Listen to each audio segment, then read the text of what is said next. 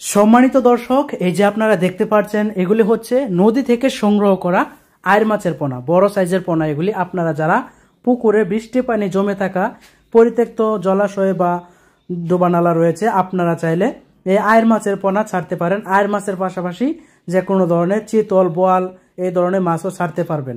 দেখতে পাচ্ছেন কিরকম এক সাইজের বড় সাইজের পোনা। এগুলি মূলত নদী থেকে ধরা হয়, তারপরে এগুলি আমরা হ্যাচারিতে এনে এগুলোকে আমরা রেণু পোনা খেতে দেই, যার ফলে আপনারা দেখতে পাচ্ছেন মাছগুলি একদম সুস্থ সবল ও এক সাইজের রয়েছে। এর পাশাপাশি আমাদের হ্যাচারির উন্নত মানের বাছাইকৃত বোট থেকে সংগ্রহ করা সকল প্রকার মাছের রেণু ও পোনা পাবেন। আমাদের হ্যাচারি থেকে যে পোনাগুলি পাবেন সকল পোনাই আজকে দেখাবো। এই যে দেখতে পাচ্ছেন এগুলি হচ্ছে চিতল মাছের পোনা। এগুলি কিন্তু প্রাকৃতিকভাবে বাচ্চা দেওয়া।